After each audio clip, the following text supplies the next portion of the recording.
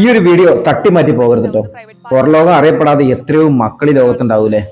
എന്തായാലും തുറന്ന് പറയാൻ കാണിച്ച ആ ഒരു മനസ്സ് മാക്സിമം ഷെയർ ചെയ്ത് കേട്ടോ. 6ാം ക്ലാസ് പഠിക്കുന്ന കുട്ടി എന്ന് പറഞ്ഞാൽ മനസ്സിലാവും ഇത് പ്രൈവറ്റ് പാർട്സ് ആണ്, ഇത് ഒരിക്കലും ഒരാൾക്കും കാണിക്കാൻ പറ്റില്ല എന്നുള്ള ഒരു തെറ്റാണെന്ന് എനിക്ക് മനസ്സിലായി. അപ്പൊ ഞാനത് ആദ്യം ആളുടെ അടുത്ത് ഞാൻ പറഞ്ഞു ശരിയാവില്ല, അമ്മയോട് പറയൂ. അപ്പൊ ആള് വേണ്ട പറഞ്ഞു. അപ്പൊ ഞാൻ എന്റെ ഉമ്മയുടെ അടുത്ത് പറഞ്ഞു ഇങ്ങനെയൊക്കെ കാര്യങ്ങള് ആളിങ്ങനെ ചോദിക്കുന്നുണ്ട്, ഞാൻ എത്ര പറഞ്ഞിട്ടും ആള് കേൾക്കുന്നില്ല, എനിക്ക് പറ്റണില്ല. അതില് ഉമ്മ അതാവില്ല, ആളങ്ങനെ ചോദിക്കില്ല, ആൾ അങ്ങനെയുള്ള ഒരാളല്ല, സാരല്ല, ഒരു ഫോട്ടോ അല്ലേ, മുഖം കാണില്ലല്ലോ, ആളെ കണ്ടിട്ട് ഡിലീറ്റ് ആക്കിക്കോളൂ എന്നൊക്കെ പറഞ്ഞ് ഉമ്മേനെ എന്റെ ഫോട്ടോ എടുത്ത് അയച്ചു കൊടുത്തു. ഇന്റെ കയ്യും കാലും ഉമ്മ പിടിച്ചു കൊടുക്കുക ആൾക്ക്. ഞാൻ കരയുമ്പോ എന്റെ വായ പൊത്തി കൊടുക്കുക, കരയുമ്പോ കണ്ണീര് തുടച്ചു കൊടുക്കുക, തുടച്ചു തരിക. അതായത് ഇപ്പൊ കെയ്യും എന്നൊക്കെ പറഞ്ഞ ആൾക്ക് എന്നെ പിടിച്ചു കൊടുക്കുക. എന്നിട്ട് അവിടെ എത്തി ഇയാള് മദ്യപിക്കും, നന്നായിട്ട് മദ്യപിച്ചിട്ട് ഇയാൾക്ക് എന്താണോ ചെയ്യാൻ തോന്നുന്നത് അത് എന്നെ ചെയ്യാം. ആ ഒരു സൗകര്യം എൻ്റെ ഉമ്മ ചെയ്തു കൊടുക്കും. ആള് എനിക്ക് ബിയർ ഉണ്ടല്ലോ, മദ്യം, അത് കുടിപ്പിച്ചിട്ട് എനിക്ക് ലൈക്ക് ഗ്യാസ് അടിച്ച് കയറിയിട്ട് അന്ന് ഭയങ്കര ഇവിടെ വേദന ഉണ്ടായിരുന്നു. പുറത്തു കൊണ്ടുപോകാനും പറ്റില്ല, കാരണം ഫിസിക്കലി അബ്യൂസ്ഡ് ആണെന്ന് മനസ്സിലാവും.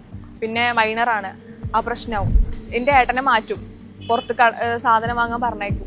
എന്നിട്ട് എൻ്റെ അടുത്ത് വരും, ഇത് ഇങ്ങനെ കാണിക്കുക, ഇത് അങ്ങനെ കാണിക്കുക. സ്വന്തം എന്ന് പറയാനായിട്ടുള്ള എൻ്റെ ഉമ്മ മാത്രമേ ഉള്ളൂ. അവർക്ക് എതിരായിട്ട് നിൽക്കണം ഞാൻ ഈ ഒരു പോയിന്റിൽ. അവർക്ക് എതിരായിട്ട് നിൽക്കണോ, നിന്ന് കഴിഞ്ഞാൽ പിന്നെ വേറെ ആരും ഇല്ല എനിക്ക് അവിടെ. മകൾ ഇങ്ങനെയൊക്കെ തന്നിട്ടുണ്ട്, ഇതിനിയിപ്പോ മകള് പിൻവലിച്ചാൽ പോലും ഞങ്ങളിത് പ്രശ്നമാക്കും എന്നുള്ള രീതിക്ക് അവർ വന്നു. അതിൽ ഉമ്മ കുട്ടി സമ്മതിച്ചു. അവരെ രണ്ടുപേരെയും പിടിച്ച് അവർ ജയിലിലായി. ജീവപര്യന്തം കഠിന തടവ്, 2 ലക്ഷം രൂപ പിഴ, ഇതാണ് വിധി വന്നത്.